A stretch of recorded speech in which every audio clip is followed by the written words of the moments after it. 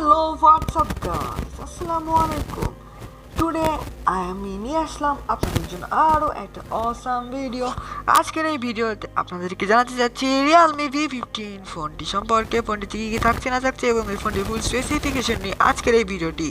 তো ভিডিওটি না টেনে একদম শেষ পর্যন্ত দেখুন। সাথে আমি আছি সিকে, আপনারা দেখছেন TTC the technical CK YouTube channel. So let's started boy. তো ফোনটির ডিজাইন এবং বিল্ড কোয়ালিটির দিকে আসতে গেলেই 179 গ্রাম অথবা 176 গ্রাম এরকমই হতে পারে এই ফোনটি।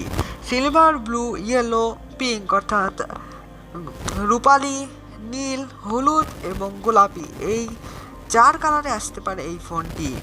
প্লাস্টিক ব্যাগ থাকছে ফোনটিতে এবং গ্লাস থাকছে ফ্রন্টে, যেটা আমার কাছে অনেকটাই হতাশ করেছে।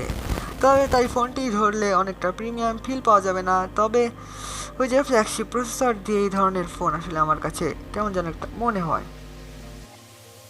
তো এবার আসি ফোনটির ডিসপ্লে নিয়ে। তো ডিসপ্লে সেকশন নিয়ে আমার অভিযোগ নেই, কেননা সুপার অ্যামোলেড ডিসপ্লে ইউজ করা হচ্ছে ফোনটিতে। 6.4 ইঞ্চিসের full HD plus 411 PPI density, 20:9 aspect রেশিওর সাথে 1080x2400 পিক্সেলের ডিসপ্লে, যাতে থাকছে ডিসপ্লে ব্রাইটনেস 430 নিটস, তবে 500 নিটস হলে আমার কাছে মনে হতে আরও বেটার।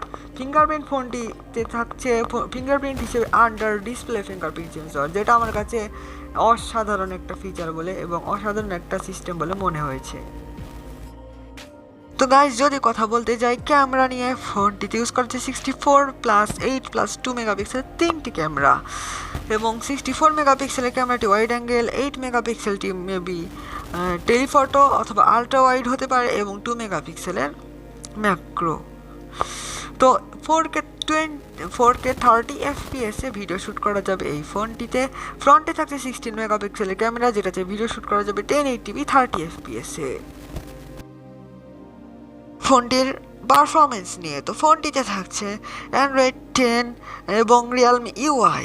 তো ফোনটির প্রসেসর হিসেবে চিপসেট হিসেবে থাকছে Dimensity 800U চিপসেট, যেটি 7 nanometer ফিনফেট টেকনোলজি দিয়ে তৈরি।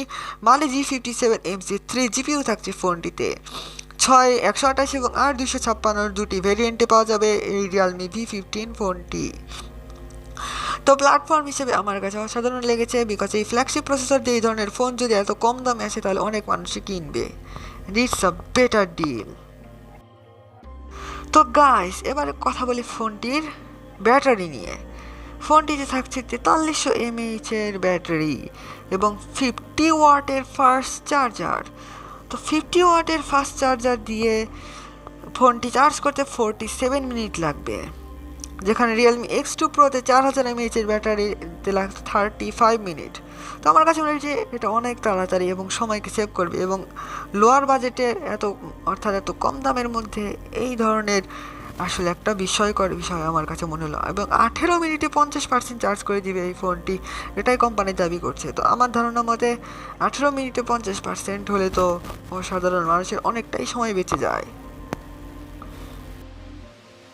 এবারে কথা বলি মোবাইলটির প্রাইসিং এবং এর লঞ্চ ডেট নিয়ে। তো ফোনটির প্রাইস হিসেবে রাখা হয়েছে 20,000 থেকে 21,000 টাকা প্রাইস।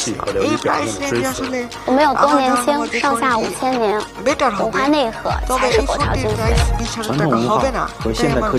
আমার ধারণা Realme 和国家宝藏的这一次合作其实是一次全新的尝试。 256 এটা 32 থেকে 35 有人说手机是人的第六器官， থাকতে পারে।的确， তো এই 它不仅仅 ফোনটিতে 是冷冰 ট্রিপল 冰的 ক্যামেরা 科技 যেহেতু 产品， রয়েছে, তাই আমার 它也代 ধারণা 表着个性 ট্রিপল 和 ক্যামেরা 品 যদি 牌， কারো পছন্দ 可以是 না 潮 হয় 流 তাহলে 的、 কেউ এই 简 ফোনটি 约的 কিনতে নাও পারে। 当然， তবে 它也可 সব 以是 দিক 东 দিয়ে 方的 বেটার। 神秘。 4310 mAh 过程 ব্যাটারি, 途中， 50 陌生女 ওয়াটের 神的小 ফাস্ট 伙伴 চার্জিং 文宇 সাপোর্ট, 象征着好运。